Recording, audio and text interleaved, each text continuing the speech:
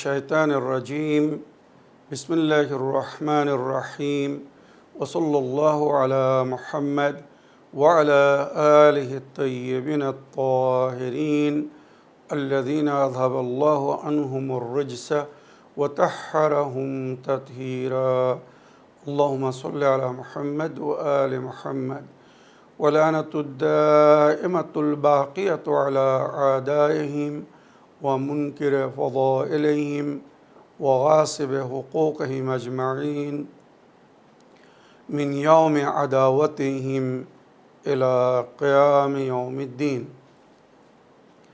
أما بعد يا عباد الله أوصيكم ونفسي بتقوى الله فإن التقوى خير الزاد وبها المعاد وتنفع يوم لا ينفع فيه مال ولا بنون إلا من أتى الله بقلب سليم وصلى الله على محمد وعلى آله الطيبين الطاهرين اللهم صل على محمد وآل محمد وعجل فرجهم আমার সুপ্রিয় দর্শক ও শ্রোতাবৃন্দ আসসালামু আলাইকুম ওয়া রাহমাতুল্লাহি ওয়া বারাকাতুহু আপনাদের সকলকে আন্তরিক সালাম ও শুভেচ্ছা জানিয়ে আজকের অনুষ্ঠান ইসলামিন বাংলায় আপনাদেরকে স্বাগতম জানাই।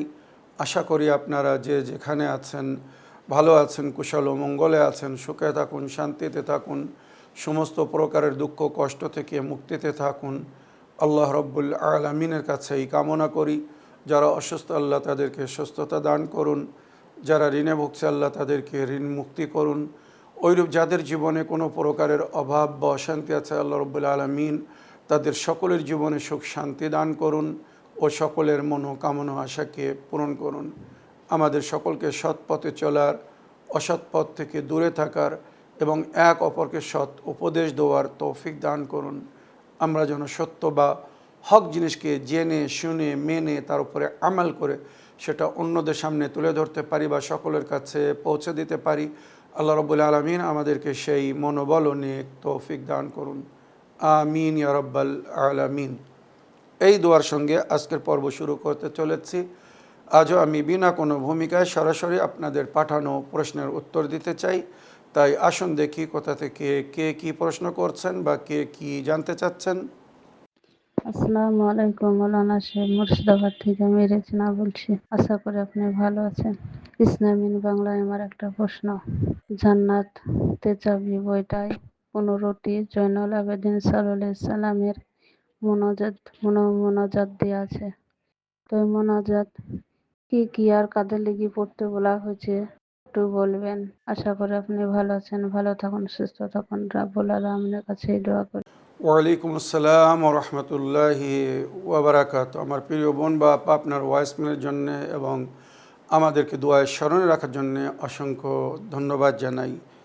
আপনি জান্নাতের চাবি বইতে ইমামে জাইনুল আবেদিন আলাইহিস সালামের যে 15টি মোনাজাত দোয়া আছে ওই বিষয়ে জানতে চেয়েছেন যে কোন মোনাজাত কিসের জন্যে পড়তে বলা হয়েছে বা করতে বলা হয়েছে। তো এ বিষয়ে আমি আপনাদের সকলের কাছে অনুরোধ করব, বিশেষ করে আমার বোন বা আপা, ওই মোনাজাত ব্যাখ্যাসহ অনুবাদসহ একবার পড়ুন। অবশ্যই বুঝতে পারবেন যে এই মোনাজাত কত গভীর অর্থ রাখে। একটি একটি মোনাজাতের মধ্যে আমাদের পুরো জীবন লুকিত। উদাহরণস্বরূপ এই যে 15টি মোনাজাত, প্রথম মোনাজাত হচ্ছে মোনাজাত তাইবিন, তওবাকারীদের, যারা আল্লাহর কাছে নিজের ভুল স্বীকার করে তওবা ইস্তেগফার করে। তো কিভাবে তওবা ইস্তেগফার করবে তার পুরো নিয়মা, কি বলতে হবে, কিভাবে বলতে হবে, কিসের কিসের জন্য আল্লাহর কাছে তওবা করতে হবে, ওর মধ্যে জিকির হয়েছে। তো অন্তর থেকে কেউ যদি ওই মোনাজাত একবার পড়ে তো আমার মনে হয় আল্লাহ তার সমস্ত গুনাহকে ক্ষমা করে দেবেন। ওইরূপ মোনাজাত শাকিন, মানে যারা নালিশ করতে চায় আল্লাহর দরবারে নিজের দুঃখ কষ্টের, জীবনের অনেক প্রবলেমস আছে যার আমরা নালিশ করি। কিন্তু একটা জিনিস মনে রাখবেন, আল্লাহর নালিশ বান্দার সঙ্গে করবেন না, বান্দা আল্লাহর কিছু করতে পারবে না। আল্লাহর নালিশ আল্লাহর সঙ্গে করুন। যদি আপনাকে মনে হয়, এমন আল্লাহ করেন না, কিন্তু যদি মনে হয় যে আল্লাহ আপনার সঙ্গে অন্যায় করছেন, অবিচার করছেন, যেখানে কোরআন বলছে ইন্নাল্লাহ লাইসা বিযাল্লামিন লিল আবিদ, আল্লাহ নিজের ক্ষুদ্র থেকে ক্ষুদ্র সৃষ্টির উপরে, বান্দার উপরে জুলুম করেন না। আল্লাহ কারোর উপরে জুলুম করেন না। আমরা নিজের ভুল বা পাপের সাজা পাই।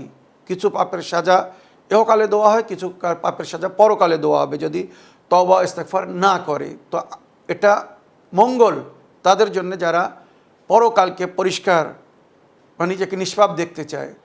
অনেক সময় আমাদের ভুল ত্রুটির সামান্য সাজা এই দুনিয়ায় দেওয়া হয়, বিশেষ করে মমিন ও মমিনাতদেরকে, যাতে পরকালের আযাব থেকে তারা রক্ষা পায়। কিন্তু মানুষ সেইগুলো সহন না করতে পেরে, বরদাস্ত না করতে পেরে শিকায়ত করে, নালিশ করে। তো এই মোনাজাত হচ্ছে নালিশকারীদের জন্য, যারা নালিশ করে। তো কিভাবে আল্লাহর দরবারে নিজের বেদনা তুলে ধরবেন, বলবেন, এর মধ্যে জিকির হয়েছে। এগুলো সব পড়ার প্রয়োজন আছে, একটি একটি মোনাজাত পড়ে তার ব্যাখ্যা করার প্রয়োজন আছে। আর আমি যদি চাইতে একটা এপিসোডে হয়তো একটা মোনাজাত পড়ে ব্যাখ্যা করতে পারবো না, এত গভীরতার মধ্যে। মানে প্রায় 1 পৃষ্ঠা কি 1.5 থেকে 2 পৃষ্ঠার একটা মোনাজাত। মনে রাখবেন, মোনাজাতুল খায়েফিন মানে আল্লাহ যারা ভয় করে চলে তারা কিভাবে মোনাজাত করবে, তার মধ্যে জিকির রয়েছে। মোনাজাতুর রাজিইন আও রাজিন, যারা আল্লাহর কাছে আশা রাখে, অপেক্ষা করছে আল্লাহর তরফ থেকে কিছু পাওয়ার, তো তারা কিভাবে আল্লাহর কাছে নিজের মনোকামনা আশা বয়ান করবে, এর মধ্যে উল্লেখ হয়েছে। মোনাজাতুর রাগিবিন, রগবত রাখনেওয়ালা, নেক কাজ, ভালো কাজের জন্য যারা ইচ্ছা রাখে, তো নিজের মনোকামনা ইচ্ছাকে পুরো করার জন্য কিভাবে তারা আল্লাহর কাছে কামনা করবে। আল্লাহ, আমি যদি সুস্থ হতাম এইভাবে উপাসনা করতাম, হে আমার প্রতিপালক, আমি যদি ধনী হতাম তো আমি এইগুলো করতাম। মনে করুন আল্লাহর ঘর তৈরি করে দিতাম, মানুষের জন্য পানির ব্যবস্থা করে দিতাম, বা আল্লাহর বান্দাদের সেবা করতাম। অনেক কিছুর জিকির হয়েছে।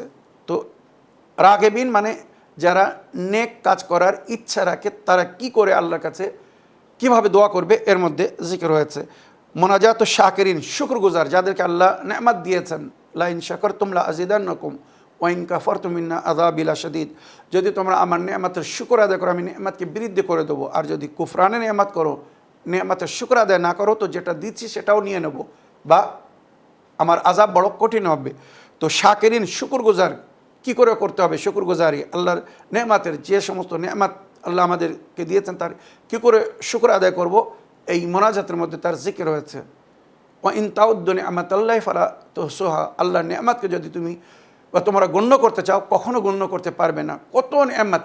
ইমাম জাইনুল আবদিন সালাম বলছেন, শুধু শুকর আদায় করার জন্য, আল্লাহর নেয়ামতের শুকর আদায় করার জন্য 3টা শুকর ফরজ হয়ে যায়। একটি শুকর আদায় করার জন্য 3টি শুকর ফরজ হয়ে যায়। কেননা আমি শুকরিয়া যখন আদা করব তা আমাকে বেঁচে থাকতে হবে। এই যে জীবন আল্লাহ দিয়েছেন একটি বড় নেয়ামত। অনেকেই বেঁচে আছে কিন্তু শুকর আদায় করে না, তৌফিক সবাই পায় না। তো এই যে আল্লাহ আমাকে শুকর আদায় করার তৌফিক দিয়েছে, এটাও একটা বড় নেয়ামত।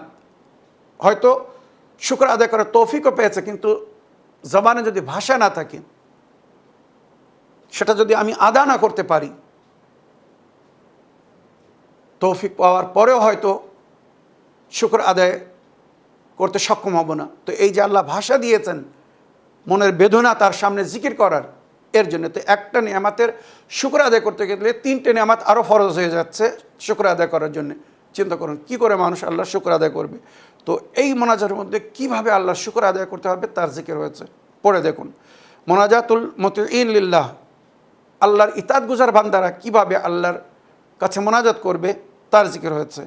মোনাজাতুল মুরিদিন, আল্লাহর কৃপা পাওয়ার যারা আশা রাখে, ইচ্ছা রাখে, মুর্শিদ আর মুরিদ, মুর্শিদ আল্লাহ আর আমরা হচ্ছি মুরিদ, আল্লাহর কাছে সব কিছু পাওয়ার আশা রাখি, ইচ্ছা করি। তো কিভাবে আল্লাহর সামনে নিজের ইচ্ছাকে ব্যক্ত করতে হবে, বলতে হবে, নিজের মনের কথা কিভাবে আল্লাহর সামনে তুলে ধরতে হবে, এই মোনাজাতুল মুরিদিনের মধ্যে সেটা উল্লেখ হয়েছে, দেওয়া হয়েছে। এই সমস্ত কিছু ইমাম জাইনুল আবদিন ইসলাম এত সুন্দরভাবে শিখিয়েছে যার কোনো তুলনা নেই, অদ্বিতীয়। মোনাজাতুল মুহিব্বিন, যারা আল্লাহকে ভালোবাসে, মনে রাখবেন আল্লাহ যেটা বলেছেন হাদিসের মধ্যে যার উল্লেখ হয়েছে, আল্লাহ আমাদেরকে যত ভালোবাসেন এত ভালো কেউ বাসতে পারে না। মাতা পিতার চেয়ে তো বেশি আমাদেরকে ভালোবাসেন। অনেক সময় মাতা পিতা রাগ করে আমাদেরকে আমাদের অবস্থা পর্বে ছেড়ে দেন, আল্লাহ কিন্তু তাও করেন না। আল্লাহর বান্দারা কত তার বিরোধিতা করছে, তার কথা না মানছে না, যেটা করতে বলেছে সেটা করছে না, যেটা করতে মানা করেছে সেটা করছে, তারপরেও আল্লাহ নিজের বান্দাদের খেয়াল রেখে আছে। চিন্তা করুন আল্লাহ কত ভালোবাসে। এই যে সকালবেলা আমরা ঘুমিয়ে থাকি, মিকাইল ফেরেশতা নিজের সাথীদেরকে নিয়ে রুজি বন্টন করতে আসে। ভোরের সময় রুজি বন্টনের সময় সে এসে ঘরে দক্কুল বাক করে ডাকে, তোমার নসিবের রুজি তুমি নিয়ে নাও। বান্দা ঘুমিয়ে থাকে। এমনকি সূর্য উদয় হওয়ার সময় হয়ে যায়, তখন মিকাইল বলে, হে আমার প্রতিপালক, আমি কি এর রুজি ফিরিয়ে নিয়ে যাব? আমার মনে হয় এর প্রয়োজন নেই, এ উঠছে না, এত ডাকছে কিন্তু উঠছে না। তখন আল্লাহ বলে, এই মিকাইল, এর রুজি একে দিয়ে দাও। এছাড়া আমার কাছে আরও অনেক বান্দা আছে উপাসনা করার জন্য, ইবাদত করার জন্য, কিন্তু ওর কাছে বা তার কাছে যে ঘুমিয়ে আছে, আমার ছাড়া কেউ রুজি দেওয়ার নেই তার। আমি যদি তার রুজি না দেই, তার নসিবে না লিখি, তো সে রুজি কোথা থেকে পাবে? চিন্তা করুন, বান্দা সকালবেলা উঠে নামাজ না পড়ে, আল্লাহকে স্মরণ না করে, সমস্ত ধর্মের মধ্যে এটা জিকির হয়েছে, ভোরে উঠে সকালে উঠে নিজের প্রতিপালককে স্মরণ করো। হিন্দু ধর্মের মধ্যেও পণ্ডিত বা ধর্মগুরুরা যখন গাইড করেন, অ্যাড্রেস করেন, সম্বোধন করেন পাবলিককে, ওনারাও বলেন যে ভোরবেলা উঠে প্রার্থনা করো বা তাদের ধর্ম হিসেবে পুজো পাঠ করো। ওইরূপ খ্রিস্টান ধর্মে যান, ইহুদি ধর্মে যান, সমস্ত ধর্মের মধ্যে বলা হয়েছে সকালে উঠে আল্লাহর উপাসনা বা ইবাদত করো, তাকে স্মরণ করো, যাতে সে রুজির দরজা তোমার জন্য খুলে দেয়। আর তারপরে তালাশে মাস, মানে রুজি তালাশ করতে যাও, রুজি তালাশ করো। কিন্তু সেই সময় বান্দা শুয়ে থাকে। কিন্তু আল্লাহ নিজের বান্দাকে এত ভালোবাসে, সে আল্লাহর উপাসনা করছেন, ইবাদত করেন, তারপরেও আল্লাহ তাকে রুজি দিচ্ছে। যে আমি যদি না দিই তো সে কোথা থেকে খাবে? এটা হচ্ছে তার মায়ার মহব্বতের পরিচয়। তো ওইরূপ আমরা যদি আল্লাহকে ভালোবাসি, কোরআনে যার জিকির হয়েছে, ইন কুনতুম তুহিব্বুন আল্লাহ ফাত্তাবিউনি, নবীকে আল্লাহ বলছেন, আমার বান্দাদেরকে বলে দিন, আপনার উম্মতকে বলে দিন, যদি তোমরা সত্যি আল্লাহকে ভালোবাসো তো আমার ইত্তেবা করো, আমার ইতাত করো, আমাকে অনুসরণ করো, অনুগমন করো। তারপরেও বান্দারা বোঝে না। 10 নম্বর মোনাজাতুল মুতাওয়াসসিলিন, যারা তাওয়াসুল করে, আল্লাহ দরবারে কিভাবে তাওয়াসুল করতে হবে, যার জিকির কোরআনে হয়েছে, ওয়াবতাগু ইলাইহিল ওয়াসিলা, আল্লাহর দরবারে পৌঁছানোর জন্যে, নিজের নেকি আমাল পৌঁছানোর জন্য ওসিলা ধরো। ওয়াবতাগু ইলাইহিল ওয়াসিলা, সেই ওসিলা কি, কীভাবে, কী জিনিসকে, কাকে ওসিলা করতে হবে, এই মোনাজাতুল মুতাওয়াসসিলিনের মধ্যে তার জিকির হয়েছে। মোনাজাতুল মুফতাকিরিন, 11 নম্বর, মুফতাকিরিন যারা গরিব, অভাবের মধ্যে, দুঃখের মধ্যে, কষ্টের মধ্যে আছে, কিভাবে আল্লাহর সামনে নিজের দুঃখ কষ্টকে বয়ান করবে। আমি এগুলো পড়ি বলে আমি বলতে পারছি যে কি বেদনা, মনের কষ্টের জিকির এই সমস্ত মোনাজাতের মধ্যে হয়েছে। হে আমার প্রতিপালক, আপনি যদি না দেন, আপনার দরজায় এসেছি, আপনি যদি তাড়িয়ে দেন, তা আমি কোথায় যাব? কোন দরজা থেকে পাবো? কেউ আমার উপরে রহম করবে না যদি আপনি রহম না করেন। আপনার নজরে করমের জন্য এসেছি, আপনার দরবারে এসেছি, আল্লাহ আমাকে তাড়িয়ে দিবেন না, আমাকে নিরাশ করবেন না। এত সুন্দর সুন্দর বাক্য ব্যবহার হয়েছে মোনাজাতুল মুফতাকিরিনের মধ্যে। মোনাজাতুল আরেফিন, যারা আল্লাহকে চিনেছে, জেনেছে, মেনেছে, এটা আল্লাহর ওলি আউলিয়াদের মোনাজাত, বড় মানে আধ্যাত্মিক। মানে এই মোনাজাত পড়ার পরে যদি সে শিক্ষিত বা জ্ঞানী হয়, তার অনুভব হবে যে আমি আল্লাহর কত নিকটে পৌঁছে গেছি, আল্লাহর কত প্রিয় হয়ে গেছি, আল্লাহ আমাকে কত ভালোবেসেছেন, যে এই মোনাজাত যার আমি জিকির করছি, আমি তার যোগ্য হয়েছি। মোনাজাতুল জাকিরিন, যারা আল্লাহর জিকির করতে চায়, কিভাবে জিকির করবে, জাকিরিনদের মোনাজাত এর মধ্যে উল্লেখ হয়েছে। মোনাজাতুল মুতাসামিন, যারা সমস্ত প্রকারের অন্যায়, জঘন্যতা, গুনাহ থেকে বিরত থাকতে চায়, পাপ মুক্ত থাকতে চায়, ইসমাত মানে পবিত্রতা অর্জন করতে চায়, তাদের মোনাজাত কিভাবে আল্লাহর কাছে আমরা দোয়া করব, আল্লাহ সমস্ত প্রকারের জঘন্যতা থেকে, অন্যায় অবিচার পাপ থেকে আমাকে রক্ষা করবেন। আল্লাহ আপনি যদি না বাঁচান আমি বাঁচতে পারবো না। শয়তান পায়ে পায়ে আমাকে আঘাত করবে, ক্ষতি করার চেষ্টা করবে। আমার প্রতিপালক আপনি যদি আমার রক্ষা করেন ফেরেশতাদের মাধ্যমে, তো আমি রক্ষা পাবো। তো মুতাসামিন, যারা পাক পবিত্র নির্দোষ নিষ্পাপ থাকতে চায়, তারা কি করে মোনাজাত করবে? এই মোনাজাতের মধ্যে জিকির হয়েছে। আর শেষ মোনাজাত 15 নম্বর, মোনাজাত জাহিদিন, জহদ মুত্তাকি পরেজগাররা কীভাবে আল্লাহর কাছে মোনাজাত করবে। এই দুনিয়ার মোহ মায়া অন্তর থেকে বাহির হয়ে যাবে যদি কেউ এই মোনাজাত করে। আর তখন তার মন অন্তর সেটা থেকে রাজি হবে যেটা আল্লাহ তাকে দিবে বা আল্লাহ তার জন্য পছন্দ করবে। আল্লাহ বলেছেন হাদিসে কুদসি, হে আমার বান্দা, তুমি ওটা করো যেটা তুমি চাও, কিন্তু হয় সেটা যেটা আমি চাই। এবারে তুমি সেটা করো যেটা আমি চাই, তখন ওটা হবে যেটা তুমি চাও। এটা কিন্তু বড় আধ্যাত্মিক কথা, রুহানি স্পিরিচুয়াল কোট, এটাকে স্মরণে রাখবেন। আল্লাহ আমাদেরকে তৌফিক দান করুন। এই সমস্ত মোনাজাত পড়ে যেন আমরা এর উপরে আমাল করতে পারি, আমাদের জীবন পরিবর্তন হয়ে যাবে। আমরা ইমাম নবীরা বা ওনার পবিত্র সাহাবারা যারা আইডিয়াল ছিলেন বিশ্বের জন্যে, আমরাও এখন নিজের সময়ে নিজের যুগে আল্লাহর বান্দাদের জন্যে আইডিয়াল হতে পারি, আদর্শ হতে পারি, যদি এই সমস্ত মোনাজাত পড়ে এর উপরে আমরা আমাল করি। আল্লাহ আমাদেরকে তৌফিক দান করুন। আসুন এবারে আমি কিছু লিখিত চিঠি পড়ব, দেখি কোথা থেকে কে কী লিখছেন বা কে কী জানতে চাচ্ছেন।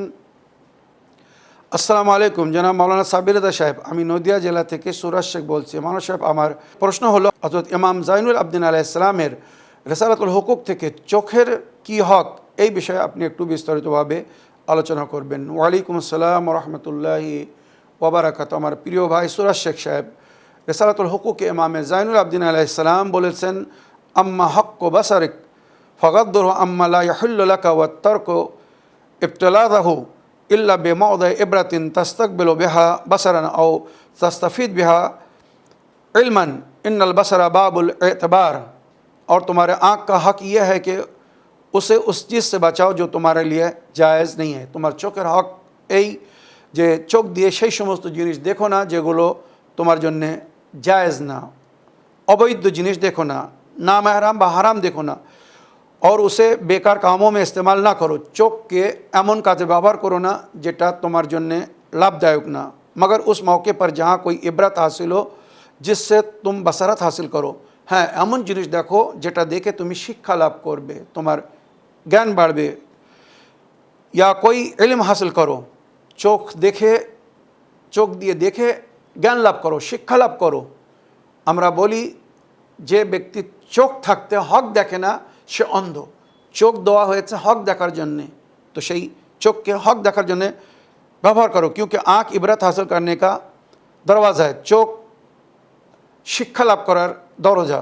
অনেক সময় আমরা চোখ দিয়ে দেখে অনেক জিনিসকে শিখি বা জানি।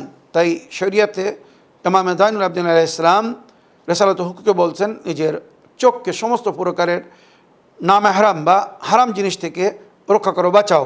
আর চোখ দিয়ে দেখে ইবরাত হাসিল করো। বিশেষ করে বলা হয়েছে, দেখছো তোমার সামনে কত লোক মারা যাচ্ছে, কত লোককে দাফন করা হচ্ছে, এগুলো দেখে শিক্ষা লাভ করো যে আজ এক তোমার ভাই ছিল আর নেই, আজ সে কবরবাসী হয়ে গেছে, ওইরূপ একদিন তুমিও থাকবে না, তোমাকেও কবরবাসী হতে হবে। মাওলা আলী আলাইহিস সালাম বলছেন, কাউকে দাফন করার পরে যখন কবরস্থান থেকে ফিরে আসবে তো শুকর আদায় করবে যে আল্লাহ তোমাকে সুযোগ দিয়েছে কবরস্থান থেকে বাইরে আসার, ফিরে আসার। যাকে রেখে এসেছো সে আর বাইরে আসতে পারবে না, তুমি বাইরে এসেছো, সুতরাং এই ভেবে নিজের ভুলের সংশোধন করো যে একদিন তোমাকেও এইভাবে কবরে রেখে আসা হবে, কবরস্থানে, আর ফিরে আসতে পারবে না। তো কার জীবনে কখন এই সময় আসবে কেউ জানে না। তো সময় আসার আগে প্রস্তুত হও, ভুলের সংশোধন করো, তওবা করো, ক্ষমা চাও, পাপের প্রায়শ্চিত করো, এগুলো দেখে শিক্ষা লাভ করো, নিজেকে অন্যায় থেকে বাঁচাও বা ভুল হয়ে গেলে তার ক্ষমা চাও। আল্লাহর নিশানি, কুদরতের নিশানি, এই দুনিয়া যা কিছু দেখছো চোখ দিয়ে, এ দেখে ইবরাত হাসিল করো। আর চোখে দেখে কোরআন হাদিস বা ওই সমস্ত শিক্ষা যার মধ্যে তোমার জন্যে জ্ঞান বা তোমার জন্যে মার্গদর্শক, ওইগুলো চোখ দিয়ে দেখে শিক্ষা লাভ করো। আর নিজের চোখে এমন জিনিস বা এমন সমস্ত জিনিস দেখা থেকে বিরত রাখো যেটা আল্লাহ নিষেধ করেছে। এখানে যদি আমি লিস্ট বলি তো লম্বা লিস্ট হয়ে যাবে। কোনো প্রকারের গুনাহকে দেখো না, যে সমস্ত নারীদেরকে দেখতে নিষেধ দেখো না, বেপর্দাকে দেখো না, সরাসরি না, ভিডিওর মাধ্যমে, মোবাইলের মাধ্যমে।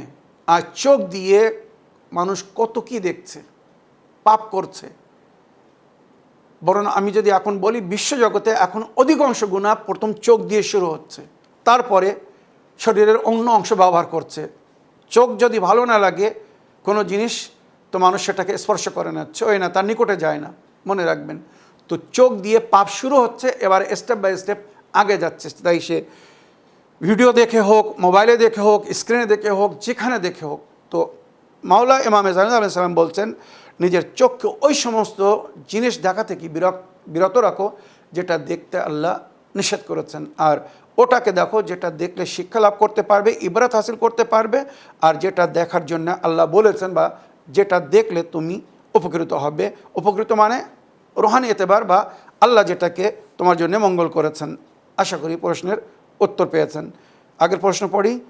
সালামুন আলাইকুম, জনাব মাওলানা সাবরিদা সাহেব, আমি নদিয়া জেলা থেকে সুরাজ শেখ বলছি। মাওলানা সাহেব, আমার প্রশ্ন হলো, হজরত ইমাম জাইনুল আবদিন আলাইহিস সালামের রিসালাতুল হুকুক থেকে পায়ের কি হক, এই বিষয়ে আপনি একটু বিস্তারিতভাবে আলোচনা করবেন।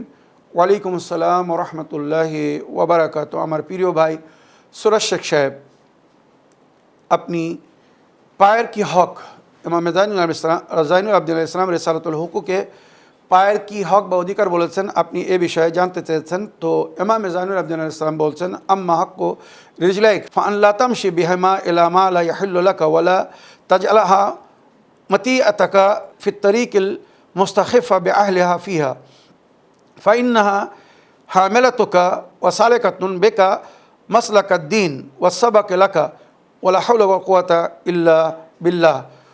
तुम्हारे दोनों पाँव का हक यह है कि तुम उन पर उस चीज़ की तरफ कदम ना बढ़ाओ जो तुम्हारे लिए हलाल नहीं है। तुम्हार दुई पायर हक तुम्हार ऊपर एटा जो ओई दुई पा ओई पत्थर ऊपर निये जो ना तुलो ना ओई दिखे जेटा तुम्हार जन्य हलाल ना बा वैध ना, और उन्हें उस रास्ते पर अपनी सवारी ना बनाओ जो अपने चलने वाले को जलील व खार करता है।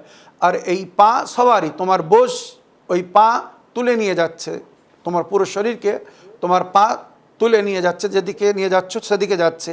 তো এই পাকে সওয়ারি করো না ওই পথের দিকে যাওয়ার জন্যে যার শেষে তোমাকে লজ্জিত হতে হবে, বা তুমি এমন জায়গায় যাচ্ছ যেখানে তোমাকে দুস্থ হতে হবে, দস্ত হতে হবে, লজ্জিত হতে হবে, তোমার অপমান হবে, এমন জঘন্য পথে বা জায়গায় পা নিয়ে যেও না। क्योंकि यही पाँव तुम्हें उठाए फिरते हैं और तुम्हें दीन की राह पर चलाते हैं। এই পা তোমাদেরকে তুলে নিয়ে যায়, তোমার শরীরের বোঝাকে তোলে আর দিনের পথে নিয়ে যায়। তো দিনের পথে যাও পা তুলে, ভুল পথে যেও না। और नेकियों में सबकत का जरिया बनते हैं। আর এই পা নেকিতে, নেক পথে যাওয়ার জন্য কারণ হয়। তো নেক পথে চালাও, নেক পথে যাও। খোদার যদি মদদ না হয় তো এটা হয়তো সকলের জন্য সম্ভব হবে না। তো এখানে ইমাম জাইনুল আবদিন আলাইহিস সালাম আমাদেরকে বলছেন যে তোমরা নিজেদের পাকে ওই পথে ব্যবহার করো না যে পথকে আল্লাহ পছন্দ করে না, বা যে পথের সীমান্ত শেষে গিয়ে তোমাদেরকে গুনাহে মুবতলা হতে হবে, লজ্জিত হতে হবে, তোমাদের সম্মান আঘাত পাবে। ভুল পথে চলো না, বা চরিত্র বা ব্যবহারকে জঘন্য করবে এমন পথের উপরে পা রেখো না, যাতে তোমার অস্তিত্ব বা তোমার উজুদ, তোমার মান সম্মান ক্ষতি হবে। বরং আল্লাহর ইতাআতে, নবীর সুন্নতের উপরে, আহলে বাইতের তালিমাতের উপরে আমাল করার জন্য এই পাকে ব্যবহার করো। যেমন হালাল রুজি সঞ্চয় করার জন্য যাও, সেলাই রাহমি করার জন্য, আত্মীয় স্বজনদের বাড়ি যাও সাক্ষাৎ করার জন্য, আল্লাহর ইবাদত করার জন্য যাও, দিনের কাজের জন্য যাও, আল্লাহর পথে জিহাদ ফি সাবিলিল্লাহর জন্য, অন্যদেরকে আমন্ত্রণ জানার জন্য, তাবলীগের জন্য যাও। এই পা তোলো, এটা ওই পায়ের শুকরানা হবে আল্লাহ যে নেয়ামত তোমাকে দিয়েছে। ওই পথে তোমার পাকে চালাও যেটা তোমার জন্য মঙ্গল, যার মধ্যে তোমার ভালাই আছে। যেখানে গেলে বা যে পথে গেলে তোমার ক্ষতি হবে, তোমার সম্মান আঘাত পাবে, তুমি দুঃখিত বা লজ্জিত হবে, ওই পথের ওপরে এই পাকে তুলো না বা নিয়ে যেও না। এই হচ্ছে তোমার পায়ের হক। আমার প্রিয় ভাই, আশা করি আপনার প্রশ্নের আপনি উত্তর পেয়েছেন। এবারে আজকের এপিসোডের একটি শেষ টেক্সট মেসেজ পড়ি, দেখি কোথা থেকে কে কী জানতে চাচ্ছেন। আসসালামু আলাইকুম, জনাব মাওলানা সাবির রেজা সাহেব, আমি নদিয়া জেলা থেকে সুরাজ শেখ বলছি। মাওলানা সাহেব, আমার প্রশ্ন হলো, হজরত ইমাম জাইনুল আবদিন আলাইহিস সালামের রিসালাতুল হুকুক থেকে পেটের কি হক, এ বিষয়ে আপনি একটু বিস্তারিতভাবে আলোচনা করবেন। ওয়ালাইকুম আসসালাম রহমতুল্লাহি ওবারাকাত। আমার প্রিয় ভাই সুরাজ শেখ সাহেব, পরস্পর সুন্দর প্রশ্ন রাখার জন্য আপনাকে ধন্যবাদ জানাই। আপনি আজকের এই প্রশ্নে জানতে চেয়েছেন যে পেটের কি হক, ইমাম জাইনুল আবদিন আলাইহিস সালাম শরীরের একটি একটি অংশের কি অধিকার বা কি হক রাখে আমাদের উপরে, সেটা বয়ান করেছেন। তো পেটের কি হক, ইমাম জাইনুল আবদিন আলাইহিস সালাম এ বিষয়ে বলছেন, তোমরা তোমাদের পেটকে হারামের পাত্র করো না, নাজিস বা হারাম জমা করো না, নাজিস বা হারাম বা এমন জিনিস খেও না যেটা তোমার জন্যে বৈধ না। আর যদি হালাল জিনিস পান করো বা খাও তো তার একটি সীমা রেখে, অযথা প্রয়োজনের বেশি খেও না। যেটা বুজুর্গানে দিনরা আমাদেরকে বলেছেন, জিনে কে লিয়ে খাও, খানে কে লিয়ে মত জিও, মানে বেঁচে থাকার জন্যে খাও, খাওয়ার জন্য বেঁচে থেকো না। কিন্তু দুঃখের বিষয়, আজ দুনিয়ায় অধিকরা তাদের অবস্থা দেখে মনে হয় এরা খাওয়ার জন্য বেঁচে রয়েছে। মারা কাটি হালাল হারাম সমস্ত দিক থেকে সঞ্চয় করছে পেট ভরার জন্যে। এত খাচ্ছে তাও এজিদের বাপের মতো পেট ভরছে না। মনে রাখবেন, রাওয়াতের মধ্যে যেটা উল্লেখ হয়েছে, আমি অথেন্টিক জিনিস আপনাদেরকে সবসময় বলছি। তাই উদাহরণ দেওয়া হয় এজিদের বাপের দিয়ে যে এর পেট কখনো ভরবে না, এত হারাম খেয়েছে তাও তার পেট ভরেনি বা ভরবে না। তো ইমাম জাইনুল আলাইহিস সালাম বলছেন, নিজের পেটকে হারামের পাত্র করো না, হারাম জমা করার পাত্র করো না। কেননা নবী করিম সাল্লাল্লাহু আলাইহি ওয়াসাল্লাম যখন মিয়ারাজে গিয়েছিলেন, তো ওনার উম্মতের নারী বা পুরুষদেরকে যে সাজা দেওয়া হবে তাদের পাপের, নবীকে দেখানো হয়েছিল। তো এক ব্যক্তিকে নবী দেখেছিলেন, তার পেট বিল্লোর মানে কাচের মতো তৈরি, তার পেটের মধ্যে কি আছে না আছে সব দেখা যাচ্ছে, আর ভয়ঙ্কর আযাবে মুবতলা আছে। তার পেটের মধ্যে আগুন জ্বলছে, আর সে ছটফট করছে, চিৎকার করছে, ফরিয়াদ করছে, তার ফরিয়াদ শোনার কেউ হচ্ছে না। তখন নবী জিবরাইল আমিনকে জিজ্ঞেস করলেন, এই আমার উম্মতি, এর পেটের মধ্যে আগুন জ্বলছে কেন? তখন জিবরাইল আমিন বললেন, আপনার এই উম্মতি হারাম খেয়ে, এতিমের মাল খেয়ে, অবৈধ মাল খেয়ে, অন্যের হক খেয়ে নিজের পেটকে ভরেছিল। সুতরাং আজ সেই অবৈধ খাদ্য মাল যা কিছু পেটের মধ্যে জমা করে সেগুলো জ্বলছে, আগুন জ্বলছে।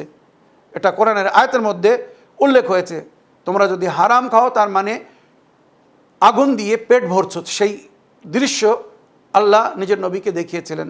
তো হারাম খেও না, নইলে পরকালে কিন্তু তোমার পেট জ্বলতে থাকবে। আর হালাল যদি খাও তো মিয়ানা রবি এখতিয়ার করো, মানে মধ্যস্থল, মিডিয়াম, না বেশি না কম, যতটা শরীরের প্রয়োজন। যেমन হাদিসের মধ্যে उल्लेख হয়েছে, अल्लाह हमें रिज़्क़ हलाल दे ताकि उसके ज़रिए मैं क़ुव्वत हासिल करूँ तेरी इबादत और बंदगी के लिए, तेरी खाल की खिदमत के लिए। আল্লাহ আমাকে হালাল রুজি দিন, যেটা খেয়ে আমি আমার শরীরে শক্তি পাবো আপনার উপাসনা বা ইবাদত করার জন্য বা আপনার সৃষ্টির খেদমত করার জন্য। এই হচ্ছে আসল খাদ্য। তো হালাল রুজিও খাবেন লিমিটের মধ্যে, অযথা খেলে অসুস্থ হয়ে যাবেন। ডাক্তাররা, মেডিকেল সায়েন্স যেটা বলেছে, মানুষের অধিকাংশ রোগের কারণ হচ্ছে তাদের পেট বা তাদের খাদ্য। ভুল খেলে বা অযথা খেলে শরীর সেটাকে ডাইজেস্ট করতে পারে না, অ্যাডজাস্ট করতে পারে না, তার কারণে বিভিন্ন রোগ সৃষ্টি হয়। কি এমন জিনিস খাচ্ছে যেটা হয়তো তার জন্য হানিকারক। তো ওই জন্যে হালাল জিনিসও খাও একটা লিমিটের মধ্যে। वक़ार का तहफ़्फ़ुज़, खाने में इस हद तक ना जाया जाए कि इंसान की मुरुव्वत और वक़ार के ख़िलाफ़ हो, जो तौहीन का बायस बने। এত বেশি খাবেন না যেটা আপনার সম্মানকে আঘাত করবে। অনেক সময় অনেক বৈঠকে, মজলিসে বা অনুষ্ঠানে, বিয়ে বাড়িতে অনেককে মানুষ খেতে দেখে বলে কি খাওয়া খাচ্ছে, নিজের পেট মনে করে খাচ্ছে না অন্যের পেট মনে করে খাচ্ছে। 1 প্লেট 2 প্লেট 5-7 প্লেট ভাত খেয়ে ফেলেছে, একটা তরকারি দিয়ে একটা প্লেট ভাত খেয়ে ফেলছে। আমি ভেবে পাই না যে এরা কোথায় নিয়ে যায়। পরে অগুণ হয়, বমি হয়, ডাক্তারের কাছে যেতে হয়।